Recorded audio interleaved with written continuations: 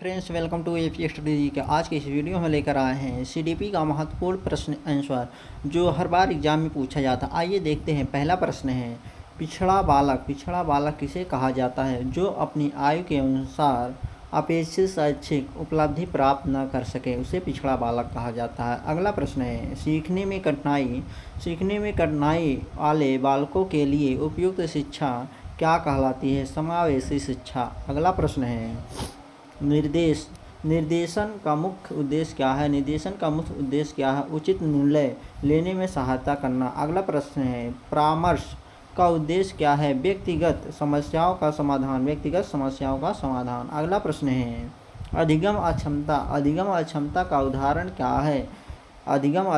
उदाहरण क्या है? डिसलेक्सिया। अगला प्रश्न है, डिसलेक्सिया किससे संबंधित है? पढ़ने की कठिनाई से। अगला प्रश्न है, डिसग्राफिया किससे संबंधित है?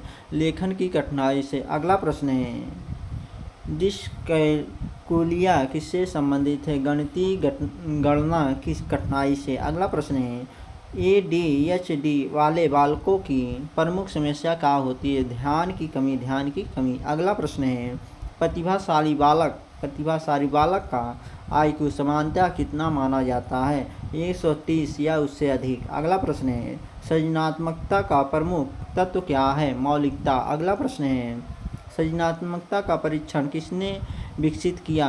टॉरेंस ने। अगला प्रश्न है, बुद्धि परीक्षण का प्रथम विकास किसने किया?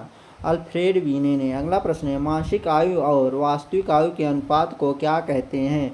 बुद्धि उपलब्धि। अगला प्रश्न है, आईक्यू सूत्र किसने दिया? टारमन ने। अगला प्रश्न है, सामूहिक बुद्धि परीक्षण किसके लिए उपयोगी है? बड़े समूह के लिए। अगला प्रश्न है, व्यक्तिगत बुद्धि परीक्षण किसके लिए उपयोगी है? एक व्यक्ति के लिए। अगला प्रश्न है, मूल्यांकन का मुख्य उद्देश्य क्या है? अधिगम की प्रगति जानना। अगला प्रश्न है, मापन क्या है? गुणों को संख्यात्मक रूप देना। अगला प्रश्न है, मूल्यांकन क्या है? मूल्यांकन मापने के आधार पर निर्णय लेना। अगला प्रश्न है, उपलब्धि परीक्षण क्या मापता है? शैक्षिक उपलब्धि। अगला प्रश्न है, निंदात्मक परीक्षण का उद्देश्य क्या है? कठिनाइयों की पहचान करना।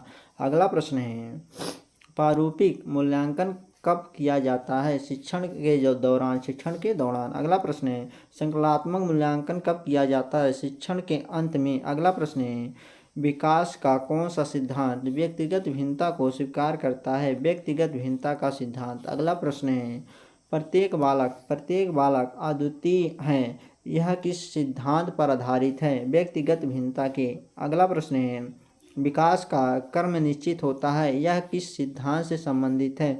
विकास क्रम का सिद्धांत से। अगला प्रश्न है, विकास का समान से विशिष्ट की ओर होता है, यह कौन सा सिद्धांत है? सामान्य से विशिष्ट का सिद्धांत। अगला प्रश्न है, किशोरावस्था को तनाव और तूफान की अवस्था किसने कहा? स्टेनली हॉल ने। अगला प्रश्न है, समाजीकरण का अर्थ क्या है? समाज के अनुरूप व्यवहार सीखना। अगला प्रश्न है, समाजीकरण का सबसे प्रभावी माध्यम क्या है? परिवार। अगला प्रश्न है, विद्यालय समाजीकरण का कौन सा अभिकरण है? औपचारिक अभिकरण। अगला प्रश्न है, खेल बालक के किस विकास में सहायक है? स्वर्णगिण विकास में। अगला प्रश्न है, भाषा विकास का प्रथम चरण कौन सा है? रुदन। अगला प्रश्न है, भाषा विकास में बाबलिंग कब होती है? शैशवावस्था में। अगला प्रश्न है, बालक का शब्द भंडार सबसे तेजी से कब बढ़ता है? प्रारंभिक बालावस्था में। अगला प्रश्न है, सीखना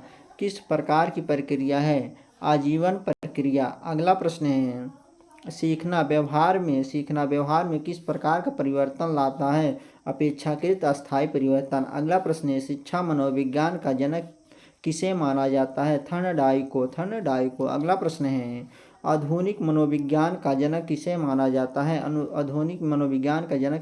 जाता है? विल्हेम वुंड को। अगला प्रश्न है, प्रथम मनोवैज्ञानिक प्रयोगशाला किसने स्थापित की? विल्हेम वुंड ने। अगला प्रश्न है, मनोविज्ञान का अर्थ क्या है? व्यवहार का वैज्ञानिक अध्ययन करना। अगला प्रश्न है, प्रेरणा का दूसरा नाम क्या है? अभिप्रेरणा। अगला प्रश्न है, उपलब्धि अभिप्रेरणा सिद्धांत किसने दिया? मैकेली लैंड ने। अगला प्रश्न है आवश्यकता पदानुक्रम सिद्धांत किसने दिया? मैस्लो ने। अगला प्रश्न है मैस्लो के सिद्धांत में सर्वोच्च आवश्यकता कौन सी है? आत्म साक्षात्कार का। अगला प्रश्न है भोजन और पानी किस प्रकार की आवश्यकता है? शारीरिक आवश्यकता है। अगला प्रश्न है सुरक्षा की आवश्यकता मैस्लो के किस स्तर पर है? दूसरा स्तर पर। अगला प्रश्न है प्रेम एवं संबंध किस स्तर पर है? तीसरा स्तर पर। अगला प्रश्न है सम्मान की आवश्यकता किस स्तर पर है? चौथा स्तर पर। अगला प्रश्न है आत्म साक्षात्कार किस स्तर पर है? पांचवा स्तर पर। अगला प्रश्न है कक्षा में पुरस्कार किस प्रकार की प्रेरणा है? बाह्य प्रेरणा। अगला प्रश्न है जिज्ञासा किस प्रकार की प्रेरणा है? आंतरिक प्रेरणा। अगला प्रश्न है शिक्षण का केंद्र बिंदु कौन होना चाहिए? बालक। अगला प्रश्न है बालक केंद्रित शिक्षा का समर्थन किसने किया? रूसो ने। अगला प्रश्न है प्राकृतिक ओर लौट चलो का नारा किसने दिया? रूसो ने। अगला प्रश्न है किंडरगार्टन पद्धति के जनक कौन है? फ्रोबेल ने। अगला प्रश्न है मांटेसरी पद्धति की प्रवर्तक कौन थी? मारिया मांटेसरी। अगला प्रश्न है मांटेसरी पद्धति का आधार क्या है? स्वशिक्षा। अगला प्रश्न है डाल्टन योजना किसने दी? हेलेन पारखास्ट ने। अगला प्रश्न है परियोजना पद्धति किसने दी? किलपैट्रिक ने। अगला प्रश्न है परियोजना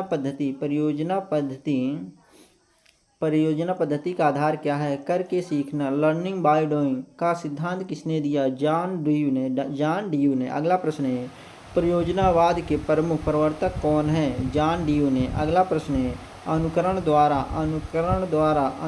द्वारा सीखने का सिद्धांत किसने दिया? बंडूरा ने। अगला प्रश्न है सामाजिक अधिगम सिद्धांत किससे संबंधित है? बंडूरा से। अगला प्रश्न है बोबो डाल प्रयोग किसने किया? बंडूरा ने। अगला प्रश्न है अवलोकनात्मक अधिगम का संबंध किससे है? सामाजिक अधिगम से। अगला प्रश्न है पुनर्बलन अधिगम को क्या करता है? सुदृढ़। अगला प्रश्न है दंड का मुख्य उद्देश्य क्या है?